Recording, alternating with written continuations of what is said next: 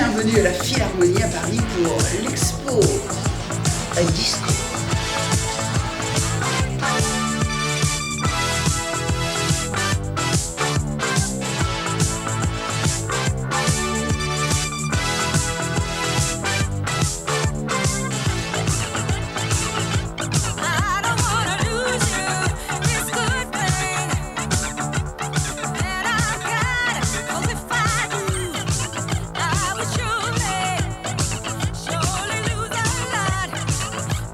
Le disco, à la fois, c'est une musique hédoniste, c'est la fête, effectivement, c'est une célébration, c'est une communion. C'est une musique qui est très féminine au sens où elle a été en grande partie chantée par des femmes africaines-américaines. Elles avaient appris leur métier, le chant, alors soit à l'église ou au temple, qui restent des lieux d'apprentissage de la musique dans la culture africaine-américaine très important. Le chant du disco est très proche du gospel, sauf que voilà, parfois elles étaient un peu choquées aussi par les paroles qu'elles chantaient de temps en temps, parce que c'était aussi une ode à la sexualité, au corps, à la libération du corps.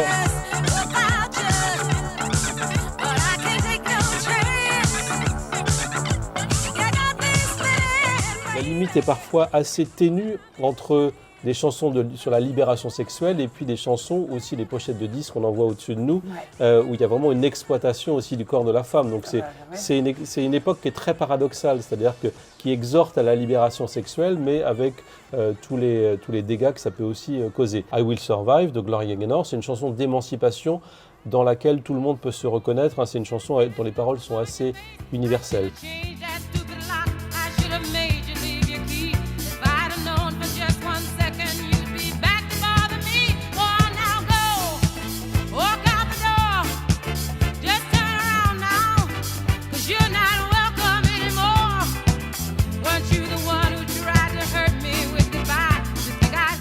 La disco n'est pas restée, disons, underground très longtemps. Elle émerge vers 1974. En 1976, c'est déjà un énorme succès. Et puis après la sortie de La Fièvre du samedi soir, début 78, enfin au printemps 78 en Europe, c'est un phénomène mondial. Et alors si je dis que le disco en France, c'est Sheila, j'ai tort? Non, pas du tout. Alors, de toute façon, toute la variété française se met au disco vers 78-79. Alors, le premier à le faire, c'est vraiment Céron, dès 76, avec des gros tubes. Sheila est souvent un peu au-dessus du lot parce qu'elle choisit Nile Rodgers et Bernard Edwards pour produire son album avec ce Spacer. Voilà, Spacer. Et ça reste vraiment, en termes de production, un très bon disque.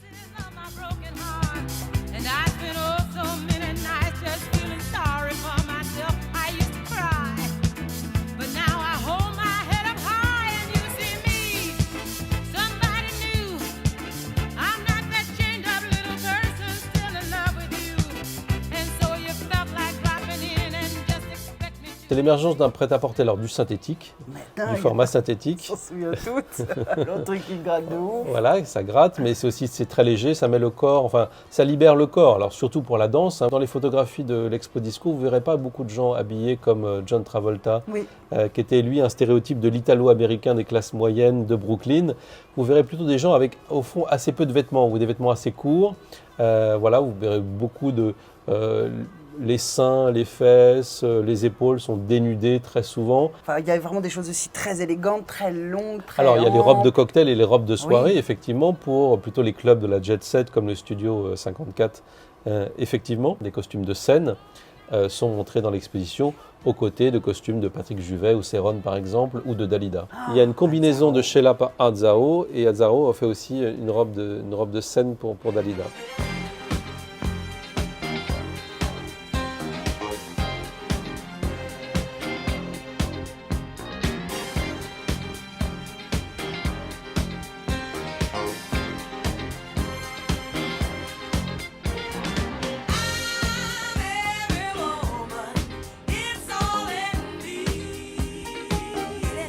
En Europe, en France, la disco, elle n'a jamais été chassée, c'est-à-dire qu'elle a pu être ringardisée, mais au fond, elle s'est ancrée dans notre culture populaire, dans les programmations des radios, dans les fêtes, dans les mariages. Il n'y a pas de mariage sans disco hier comme aujourd'hui. Aux États-Unis, par contre, il y a un mouvement de backlash très violent dès 79-80, qui est initié à la fois dans les milieux du rock, mais au fond, dans des milieux déjà un peu masculinistes. Ouais. Il y a ce fameux événement qui s'appelle la Demolition Night, qui devait être plutôt un espèce d'événement un peu potache, principalement de jeunes hommes blancs dans un stade de Chicago où on allait faire exploser des disques disco à la mi-temps d'un match de baseball. Alors on peut rentrer dans un prix réduit si on amène un disque qui va être destiné à être explosé par un animateur de radio un peu potache. Et ça a un effet de sidération assez violent. Et après ça, il y a comme si les maisons de disques sentaient le vent tourner, parce que le disco est trop populaire. Il y a beaucoup de gens qui vont être chassés des maisons de disques. Et puis le sida va arriver, et puis la politique plus réactionnaire de Reagan va arriver. Et puis les temps changent et la disco va être balayée très rapidement, presque aussi rapidement qu'elle est arrivée. C'est une musique qui revient très régulièrement, donc elle peut disparaître pendant 2-3 ans, revenir. Et puis ces tubes sont aujourd'hui intemporels et universels.